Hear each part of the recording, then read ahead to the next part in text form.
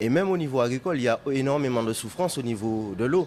On va regarder en Grande Terre, aujourd'hui on trouve de la chlordécone en parlant par rapport à de l'eau qui a été puisée dans des rivières qui étaient contaminées. Aujourd'hui, la Grande Terre se trouve contaminée par de la chlordécone.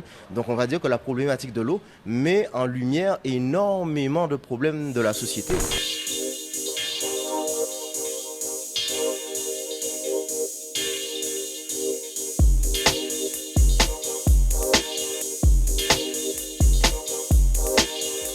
Ludovic Tolassi, c'est un Guadeloupéen comme un autre. On va dire un citoyen lambda à l'origine, mais un peu excédé par certaines choses de la société. Et puis bon, on a quand même une fibre militantisme de par ma famille, c'est vrai. Mais avant tout, un Guadeloupéen excédé par certaines choses. Donc Ludovic Tolassi est quelqu'un de simple, hein, un père de famille, voilà. Quelqu'un qui se bat en Guadeloupe avec les difficultés, avec aussi les bons côtés aussi de la société. Mais bon, voilà, il y a un certain nombre de choses à mettre en surbrillance. Et c'est ce qui a donné naissance un petit peu à ce Ludovic Tolassi un peu révolté et qui se bat, on va dire, contre les injustices de la société aujourd'hui. En fait, j'ai une équipe avec moi, des gars formidables, je tiens à les saluer d'ailleurs. Et ça vient d'un collègue, Samuel Tanda, qui travaille avec nous et qui nous disait, cette appellation en fait parle à tout le monde. Si quelqu'un se sent investi par l'amour de son pays et se sent ancré, je ne dis pas que c'est quelqu'un né en Guadeloupe, je parle du Guadeloupéen qui respecte la culture, qui aime le pays, de celui qui vient de métropole ou du blanc, du noir, du chinois. Ce n'est pas une question de classe, de race ou de rang social, non. C'est vraiment une appellation Moun Guadeloupe, des gens qui vivent en Guadeloupe et qui aiment la Guadeloupe. Donc le nom est venu comme ça. Je dirais que c'est une problématique qui touche tout le monde. Mais avant tout, on peut dire, parce que c'est vrai, revendiquer 3 litres d'eau par personne, mais en fait c'est pour pouvoir mettre vraiment en évidence que les personnes qui sont censées prendre leurs responsabilités dans ce pays ont un manque de respect total par rapport à leurs obligations. Et il existe des lois, il existe des choses qui doivent être mises en place lorsqu'on se permet de couper de l'eau. Si les Guadeloupéens doivent faire certaines choses par solidarité, il y a un certain nombre de choses par le respect de la dignité humaine qui doit être fait. Donc avant tout, c'est un combat de la dignité, non pas de l'eau. In fine, c'est un combat pour la dignité. Je suis issu d'une famille d'agriculteurs, donc c'est vrai que la partie agricole, voilà, ça vient de là. Mais la problématique de l'eau, c'était, comme je disais, une évidence. Il n'y a pas un Guadeloupéen qui ne soit pas touché par la problématique de l'eau. Et même au niveau agricole, il y a énormément de souffrance au niveau de l'eau. On va regarder en Grande Terre, aujourd'hui on trouve de la chlordécone en parlant par rapport à de l'eau qui a été puisée dans des rivières qui étaient contaminées. Aujourd'hui, la Grande Terre se trouve contaminée par de la chlordécone. Donc on va dire que la problématique de l'eau met en lumière énormément de problèmes de la société, ne serait-ce que politique, financier, santé, sanitaire et social, les écoles qui ne sont pas alimentées. En fait, cela touche un panel de problèmes en Guadeloupe qui, après réflexion, je me suis dit, si je mets le doigt sur ça, si avec Moun Guadeloupe, parce que notre mouvement s'appelle Moun Guadeloupe, on arrive à soulever ce problème-là, on arrivera à mettre en lumière pas mal de problèmes en Guadeloupe.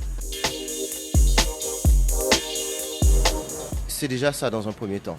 Dans un protocole, il y a coupure d'eau, mais c'est une loi universelle, déjà un droit de l'homme de bénéficier d'eau potable, mais c'est aussi une obligation de pouvoir mettre à disposition un quantitatif en matière d'eau potable, ce qu'ils ne font pas. Et c'est vrai que c'est un contrat.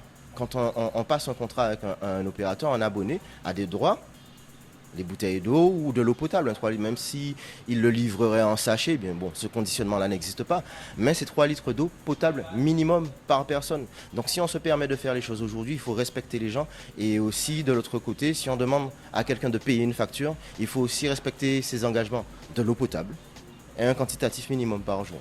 C'est tout. Le mouvement, on n'est pas des spécialistes de l'eau, on n'est pas un collectif, ni un comité de l'eau, ni une association. On s'est dit qu'on allait attaquer des problèmes l'un après l'autre, mais on commence, la problématique de l'eau, on le mènera jusque là où on pourra, et je pense qu'avec notre manière de faire, de toute façon, pour pouvoir nous arrêter, il faudra nous arrêter. Et puis, donc voilà, et puis après, on passera à autre chose, parce qu'il y a un certain nombre de problématiques qu'il faudra aborder, et qui touchent au respect, à la dignité, à la santé des Guadeloupéens. Et il serait temps qu'on commence à mettre un petit peu de rigueur et de fermeté dans ce qu'on fait. On va dire que tout est parti du premier rendez-vous avec l'ARS. on était plus sur la problématique de l'hôpital, mais étant donné que la problématique de l'hôpital était plus cadrée par un certain nombre de syndicats, que notre façon de faire est totalement différente. Elle est hors protocole, on ne va pas envoyer de courrier pour te dire qu'on arrive à 20h35 sur ton plateau de télé, etc. Notre rendez-vous à l'ARS, au départ, c'était un peu pour savoir ce qui se passait réellement par rapport au CHU. Et petit à petit, on a glissé sur l'eau. Pas sur l'huile, mais vraiment sur l'eau. Et ça nous a permis, en fait, de se dire, mais c'est vrai qu'il y a cette problématique-là. Il y avait des responsabilités parce que le directeur de l'ARS du pôle santé, M. Roux, avait tenu un certain nombre de déclarations. Et sur ces déclarations, on s'est rendu compte qu'il y avait un certain nombre de choses qui n'étaient pas faites et qu'on devait mettre en lumière et qu'on devait porter des actions, mais réellement des actions, pas des réflexions. On connaît les problématiques, on peut les énumérer, les problématiques de la Guadeloupe, mais il faut quand même porter des actions pour porter des solutions concrètes. Le SIAG, c'est assez particulier. On est arrivé au SIAG, c'était dans la période du procès avec M. Hernandez. C'était un peu difficile au niveau de la communication pour le SIAG de se faire passer pour une pauvre victime et de bonnes personnes. On arrive où ils étaient dans une situation particulière. C'est vrai qu'on n'était pas nombreux au départ. Et ce qui s'est passé, c'est que le directeur nous avait proposé un certain nombre de solutions qu'on savait techniquement et matériellement impossibles. C'est toujours ça en fait, on annonce de grandes choses, presque de la politique de l'eau en fait, alors que l'eau c'est de la technicité, mais on annonce de grandes choses en pensant que nous Guadeloupéens on ne dispose pas de l'intelligence nécessaire afin de pouvoir déceler ce qui est vrai, ce qui est faux. Et on se retrouve là avec un directeur qui nous laisse dans une salle de réunion et nous dit je reviens avec une solution. Au bout d'une semaine, parce qu'on est resté en salle de réunion. On n'a pas occupé le bâtiment du SIAG, on est vraiment resté à la salle de réunion. Et pendant une semaine, on a attendu un retour, un résultat quelconque. Et on a bien compris qu'au bout d'une semaine, on s'est fait évacuer par les forces de l'ordre, qu'il n'y avait pas de solution, que ces personnes-là étaient totalement incompétentes par rapport à une problématique très simple. C'est vrai. Et de votre façon de voir, c'est vrai, imposer à certains responsables de nous écouter et de nous entendre. Parce qu'il y a des personnes qui ont des postes, qui ont des responsabilités, mais qui n'ont aucun compte à rendre ce que l'on croit à la population. Et ça fait partie aussi de leur devoir de rendre compte. On a l'impression que ces personnes-là sont perchées, qui vivent dans une autre strate. Et c'est quand même aberrant de devoir justement faire irruption à certains endroits, imposer des rendez-vous qui devraient être tout à fait naturels parce qu'il devrait avoir une certaine transparence. Et encore une fois, c'est un problème soulevé. Notre façon de faire, elle est... Je suis guadeloupéen, je suis quelqu'un, un Guadeloupéen comme un autre, je suis un jeune. On a une façon particulière de régler nos problèmes.